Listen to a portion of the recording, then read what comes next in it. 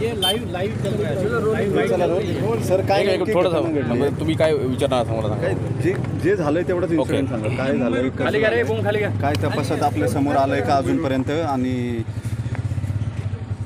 दुपारी 1:30 वाजताच्या दरम्यान या सुतारदऱ्यामध्ये येथील जे जखमी आहेत शरद मोहोळ यांच्यावर काही अज्ञात आरोपींनी गोळीबार केलेला आहे. त्यांना 2-3 गोळ्या खांद्यापाशी आणि एक तिथं गोळी लागलेली आहे. त्यांना पुढची उपचारासाठी आपण कोथरूडच्या सह्याद्री हॉस्पिटलला ॲडमिट केलं आहे. त्या ठिकाणी तिथून पुढे त्याला पुढील उपचारासाठी डेक्कन या ठिकाणी हॉस्पिटलला रवाना केलेलं आहे. आपण सर्व अंगणीने तपास करतो आहे.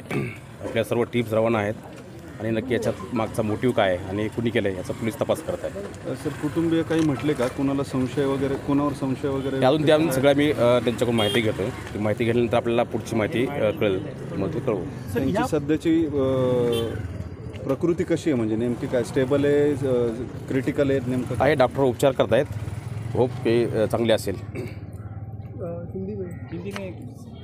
अभी 1:30 बजे के आसपास जो शरद मोहोळ है उन पर अभी 1:30 बजे के आसपास कुछ अज्ञात आरोपियों ने फायर किया था. उनको शोल्डर पर बुलेट लगी थी.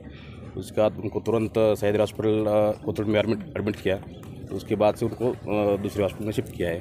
बाकी जिसने ये घटना की या क्या मोटिव था, किस कारण किया, हम पुलिस तफ्तीश कर रही है और जो भी आगे का निकल आएगा हम आपको बताएंगे. मी CCTV फुटेज वगैरे चेक करतोय. त्यानंतर पुढची गोष्ट निष्पन्न होतील किती आरोपी होते.